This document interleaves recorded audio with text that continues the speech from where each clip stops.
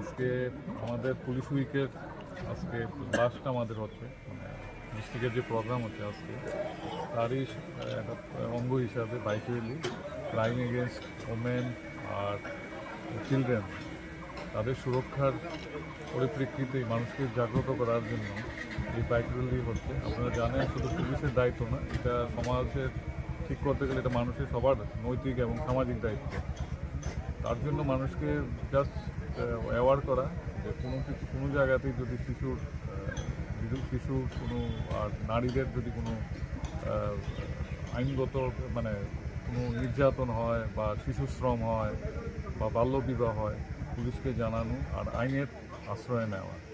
আর সঙ্গে এটাও বলি যে আইন দিয়ে সব কিছু হবে না, এটা মানুষের নৈতিক এবং সামাজিক দায়িত্ব। সবাইকে এগিয়ে আসতে হবে এই সমাজকে সুস্থ রাখতে গেলে। একটা পরিবার সবটাই নির্ভর করে, একটা সমাজ তৈরি হয় একটা সুস্থ পরিবারের থেকে, একটা সুস্থ সমাজ তৈরি হয়।